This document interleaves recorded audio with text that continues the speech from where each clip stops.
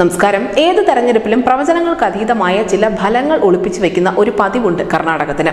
ദക്ഷിണേന്ത്യയിൽ തമിഴ്നാട് കഴിഞ്ഞാൽ ഏറ്റവും അധികം ലോക്സഭാ സീറ്റുകളുള്ള സംസ്ഥാനമാണ് കർണാടക, 28 സീറ്റുകൾ. അതുകൊണ്ട് തന്നെ കർണാടകത്തിന് ദക്ഷിണേന്ത്യയിലുള്ള പ്രാധാന്യം ചെറുതല്ല. 2 ഘട്ടങ്ങളിലായി നടന്ന തെരഞ്ഞെടുപ്പിന്റെ ഫലം ഇപ്പോൾ കണക്കുകൂട്ടി തുടങ്ങിയിരിക്കുകയാണ് അവിടുത്തെ രാഷ്ട്രീയ പാർട്ടികൾ. ഇതുമായി ബന്ധപ്പെട്ട് BJPയുടെ ചില ആഭ്യന്തര സർവേ ഫലങ്ങൾ കൂടി പുറത്തു വന്നിട്ടുണ്ട്. 28 ലോക്സഭാ സീറ്റുകളുള്ള കർണാടകത്തിൽ ഇക്കുറി 25 സീറ്റുകളിൽ മാത്രമാണ് BJP മത്സരത്തിനിറങ്ങിയത്. ഇതിൽ 20 സീറ്റുകളിലും ഉറപ്പായ വിജയം പാർട്ടി അടിവരയിടുന്നുണ്ട്.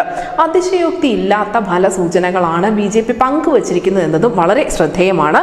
സംസ്ഥാന നേതൃത്വത്തിനുള്ളിലുണ്ടായിരുന്ന തമ്മിലടികൾ, അതിനോടൊപ്പം യെദ്യൂരപ്പയുടെ മകന്റെ നേതൃത്വത്തിലുള്ള ആദ്യ തെരഞ്ഞെടുപ്പ് തുടങ്ങി നിരവധി കടമ്പകൾ BJPക്ക് മുന്നിൽ ഇക്കുറി ഉണ്ടായിരുന്നു.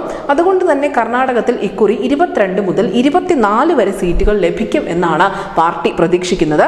ഇനി JDSലേക്ക്. JDS ആണ് ബാക്കി 3 സീറ്റുകളിൽ മത്സരിച്ചത്. NDA സഖ്യത്തിൽ JDS ഇക്കുറി ഉണ്ടായിരുന്നു. മാണ്ഡ്യ, ഹസൻ, കോലാർ എന്നീ സീറ്റുകളിലായിരുന്നു JDS ഇക്കുറി മത്സരത്തിനിറങ്ങിയത്.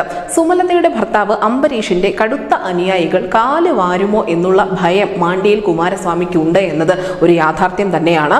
ലൈംഗിക വീഡിയോ വിവാദത്തിൽപ്പെട്ട പ്രജ്വൽ രേവണ്ണയുടെ ഹസൻ സീറ്റ് അത് എന്ത് വില കൊടുത്തും സംരക്ഷിക്കാനുള്ള എല്ലാ അണിയറ നീക്കങ്ങളും JDSന്റെ ഭാഗത്തു നിന്നും ഉണ്ടായിരുന്നു. കോലാറിലാവട്ടെ JDS വിജയം ഉറപ്പിക്കുന്നുമുണ്ട്. പക്ഷേ JDSനെ സംബന്ധിച്ച് നടന്നത് അഗ്നിപരീക്ഷ തന്നെയായിരുന്നു എന്ന് വേണം കരുതാൻ. കാരണം നിയമസഭാ തെരഞ്ഞെടുപ്പിൽ ഉണ്ടായ വലിയ തിരിച്ചടിക്ക് തൊട്ടു പിന്നാലെയാണ് ഈ ലൈംഗിക വീഡിയോ വിവാദം അവിടെ ഉയർന്നു വന്നത്. ഇതൊക്കെ തെരഞ്ഞെടുപ്പിൽ പ്രതിഫലിച്ചോ ഇല്ലയോ എന്നുള്ളത് ജൂൺ 4-ാം തീയതി മാത്രമേ അറിയാൻ സാധിക്കുകയുള്ളൂ. ഇനി കോൺഗ്രസിലേക്ക് വരികയാണെങ്കിൽ നമുക്കറിയാം, ലോക്സഭാ തെരഞ്ഞെടുപ്പിൽ മത്സരിക്കാൻ കോൺഗ്രസിന് സ്ഥാനാർത്ഥികളെ പോലും കിട്ടാത്ത ഒരു അവസ്ഥയുണ്ടായിരുന്നു. മക്കൾ രാഷ്ട്രീയമാണ് ഇക്കുറി ലോക്സഭാ തെരഞ്ഞെടുപ്പിൽ കർണാടകത്തിൽ ഉണ്ടായത്. പല മുതിർന്ന നേതാക്കളുടെയും മക്കൾക്കാണ് സീറ്റ് ലഭിച്ചത്. അവരുടെ പിതാക്കന്മാരൊന്നും തന്നെ മത്സരരംഗത്തേക്ക് തങ്ങളില്ല എന്നുള്ള നിലപാട് സ്വീകരിച്ചിരുന്നു. അതിനർത്ഥം നിയമസഭാ തെരഞ്ഞെടുപ്പിൽ കർണാടകത്തിൽ ഉണ്ടായ ഒരു വലിയ കോൺഗ്രസ് തരംഗമൊന്നും ലോക്സഭാ തെരഞ്ഞെടുപ്പിൽ അവിടെ ഉണ്ടാകാൻ പോകുന്നില്ല എന്നുള്ള തിരിച്ചറിവ് കോൺഗ്രസിന്റെ നേതാക്കൾക്ക് തന്നെ ഉണ്ട് എന്നാണ്. ഇത് തന്നെയാണ് BJP നേതൃത്വവും വിലയിരുത്തുന്നത്. ഇക്കുറി കോൺഗ്രസിന് വലിയ അത്ഭുതമൊന്നും കർണാടകത്തിൽ കാണിക്കാനില്ല എന്ന് അവർ കണക്ക് കൂട്ടുന്നുണ്ട്. പ്രത്യേകിച്ച് നമുക്കറിയാം, BJP ഇക്കുറി എടുത്ത ചില തീരുമാനങ്ങൾ വളരെ ബോൾഡായിരുന്നു. സിറ്റിംഗ് MPമാരെ പലരെയും മാറ്റിക്കൊണ്ടായിരുന്നു കളത്തിലിറങ്ങിയത്. നളിൻ കുമാർ കട്ടീൽ അടക്കമുള്ള നേതാക്കളെ മാറ്റിക്കൊണ്ടുള്ള ചില പരീക്ഷണങ്ങളും മറ്റും BJP അവിടെ നടത്തിയിട്ടുണ്ടായിരുന്നു. മാത്രമല്ല, മോദിയെ നിരവധി തവണ സംസ്ഥാനത്ത് കൊണ്ടുവന്നതൊക്കെ ഒരു മോദി തരംഗം സംസ്ഥാനത്താകെ നിറച്ച് നിർത്തുന്നതിന് വേണ്ടി BJPയെ സഹായിച്ചിട്ടുമുണ്ട്.